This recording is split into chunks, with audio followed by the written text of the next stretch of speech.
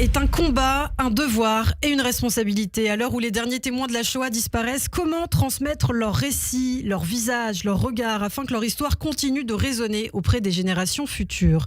Justement, Nissim Selam a consacré une partie de sa vie à ce devoir de mémoire. En photographiant, ancien juif orthodoxe, il a grandi dans un monde où l'étude de la Torah était centrale avant de prendre un autre chemin, celui de la photographie. Et il est avec nous ce matin en studio, en direct. Bonjour. Bonjour, Boker Tov. Merci beaucoup d'être avec nous. Ça va, la présentation vous va? Oui. Et... Merci beaucoup d'être avec nous. Alors, vous habitez en Israël, vous êtes de passage en France. C'est vrai que votre parcours est assez particulier, Nissim, puisque vous avez grandi dans un monde où, c'est vrai, l'étude de la Torah était omniprésente. Comment on passe de cette immersion religieuse, entre guillemets, à une passion pour la photographie et la mémoire? Quel a été le déclic? En fait, alors déjà, entre le monde orthodoxe et la photographie, il y a eu la publicité et le marketing, donc et la direction artistique. Mais comment on passe de ça à ça? En fait, c'est une rencontre. La vie s'est faite de rencontres, tout simplement. Et un jour, j'ai rencontré un monsieur qui s'appelait Moshe Aelion, qui était juif grec de Thessalonique, qui a été déporté à Auschwitz et qui m'a donné envie de transmettre, de connaître cette histoire, parce que moi-même je la connaissais pas en fait, et de la raconter aussi. Alors justement, on va parler de votre rencontre avec des survivants de la Shoah. Vous ne parliez pas français à l'origine, j'ai appris ça. Non, je n'écrivais pas le français. D'accord, vous n'écriviez pas le français, donc vous avez appris en lisant les publicités dans la rue. Exactement. C'est ça, exactement, ouais. C'est fou. Et donc ce goût pour l'image, pour les mots, ça a été fondateur justement dans votre envie de photographier. Oui, parce que après j'ai travaillé dans des agences de publicité, et là où je travaillais dans les agences de publicité, il y avait des photographes, et je voyais les photographes travailler. Et c'est comme ça que j'ai appris, je dis toujours j'ai volé, parce que j'ai appris en regardant ce métier-là.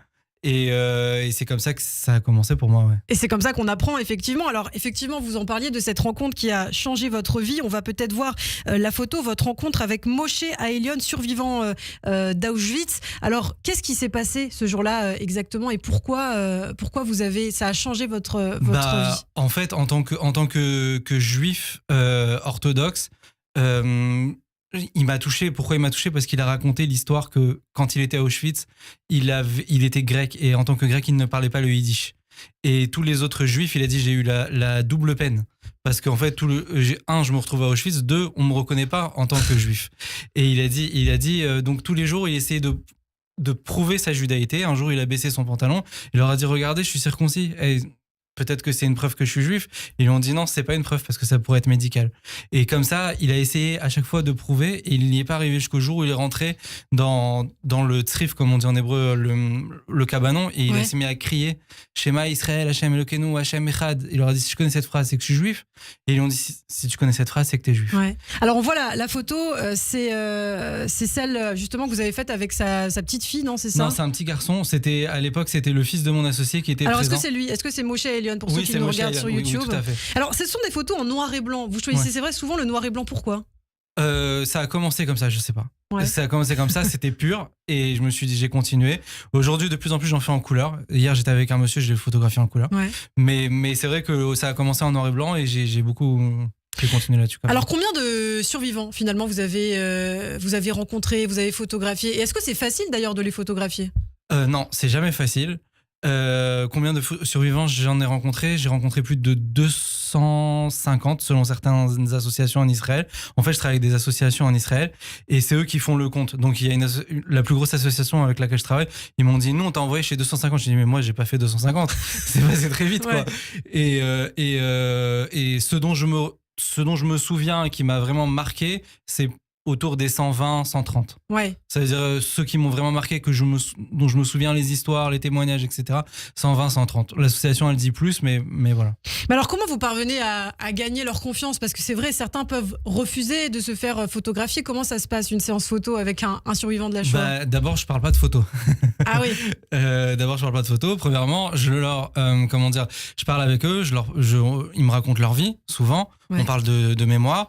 Et une fois que le témoignage a été fait, là, je sors mon appareil photo, seulement. Ouais. Donc, au début, on parle pas de photo, on est là, c'est une discussion. Ouais. sans caméra, sans recherche de scoop, sans recherche de phrases.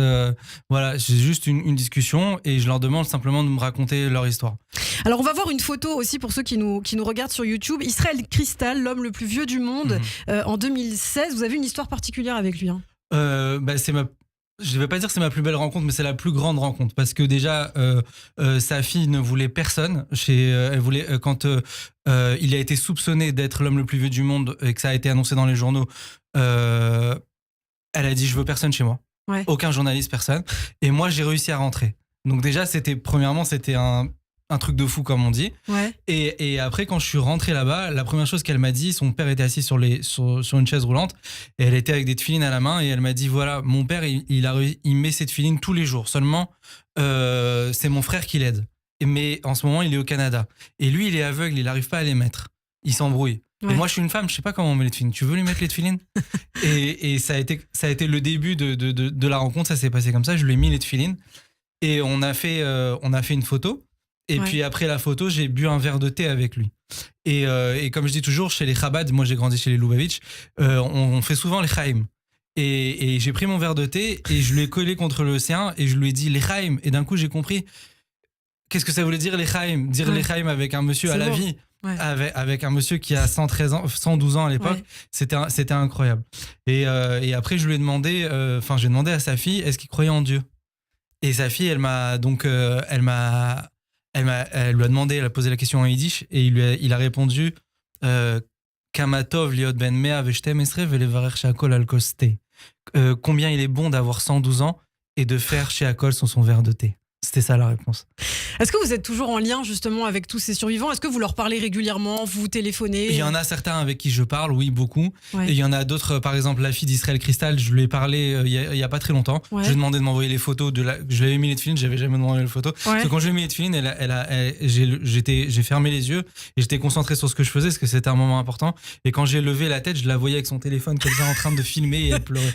Et donc je lui ai demandé, je lui ai dit, tu peux me donner les photos? Et est-ce qu'il y a une histoire? Alors évidemment, toutes les histoires, j'imagine, sont singulières, sont émouvantes, mais est-ce qu'il y a une personne en particulier qui vous a le plus touché, ému, un survivant vraiment vous vous êtes dit waouh, quoi, cette histoire est incroyable? Oui, il y en a beaucoup, mais il y a une dame qui est décédée depuis, qui s'appelait Myriam Echel, qui avait toute sa vie autour d'une photo. Son histoire, c'était autour d'une photo. Et cette dame-là, elle avait, en fait, je la fais rapide, elle était avec sa mère dans un ghetto, le ghetto de Mooncatch, et il y a un photographe qui a fait une photo d'eux. Et elle a pris, donc la mère a pris la photo quand le photographe est venu développer la photo. Elle a pris tous ses enfants autour d'elle et elle leur a dit, j'enterre la photo ici. Le premier qui revient après la guerre, il doit me promettre de récupérer la photo. Et elle a été récupérée? Et la dame, quand elle a raconté l'histoire, donc Myriam, elle a sorti la photo et elle m'a dit, je suis la seule à être revenue d'Auschwitz. Et en fait, elle avait tenu la promesse qu'elle avait fait à sa mère, elle avait récupéré la photo après la guerre. Alors évidemment, il y a beaucoup de photos qu'on peut retrouver d'ailleurs sur vos réseaux sociaux. Alors le projet s'appelle The Last Link, je ne sais pas si je l'avais précisé, donc The Last Link, ce qui signifie le dernier lien, et c'est en lien avec Moshe Elion qui m'avait dit on est la dernière génération à pouvoir parler et vous êtes la dernière génération à pouvoir recevoir ce message. Il y a aussi une autre photo alors qui m'a beaucoup amusée, c'est un survivant de la Shoah qui s'appelle Lutek Lipé Harel. Ouais. Vous l'avez pris en photo en train de faire un doigt d'honneur. Oui, alors lui c'est spécial, lui il était dans la liste de Schindler, enfin son histoire est racontée dans la liste de Schindler. C'est au moment de la liquidation du camp de Poachov par Amon Gut, le chef du camp. Lutek était enfant et il est parti se cacher dans les latrines du camp. Et on voit ça dans le film. Dans le film. Ouais. C'est ce petit garçon-là. Et quand on lui a posé la question, qu'est-ce que tu retiens de tout ça? Il a dit il avait 90 ans, je crois, ouais. Et je vis avec une femme de 44 ans. Alors on lui a dit, je comprends pas. Il a dit, mais et alors? Il a dit, et demain je reçois ma nouvelle BMW. J'ai dit, mais on comprend toujours pas. Vous avez pas compris, j'ai bien vécu et j'emmerde tout le monde. C'est ça. Voilà, c'est la personnalité de Lutek. Alors il y a évidemment d'autres photos. Vous travaillez avec le mémorial de la Shoah aussi. Oui, ici, également, ouais. Parce qu'on voit vos photos, c'est souvent vos photos qui sont. Alors là, pour la cérémonie des camps, pour la cérémonie des 80 ans, ils m'ont missionné pour photographier 10 survivants. Et j'ai eu l'honneur d'en accompagner un à la cérémonie, que ça m'a beaucoup ému, Jacques Altman, qui a 1 an, il va bientôt avoir 102 ans. Ah, d'ailleurs, je voudrais souhaiter joyeux anniversaire aujourd'hui à Ginette Kolinka, qui a 100 ans aujourd'hui. Ah, Mazel Tov. Oh, Mazel Tov. Bon anniversaire, Ginette. Eh bien, merci beaucoup, Merci Nissim à Selam, vous. d'avoir été avec nous. On aurait pu parler des heures, c'est vrai, de ce que vous faites. En tout cas, on peut vous suivre, vous, vos projets, votre travail sur vos réseaux sociaux. Merci Nissim beaucoup. Selam de Last Link. On aura évidemment l'occasion d'autres interviews. je Merci l'espère. Ilana. Merci beaucoup, à bientôt. Au revoir.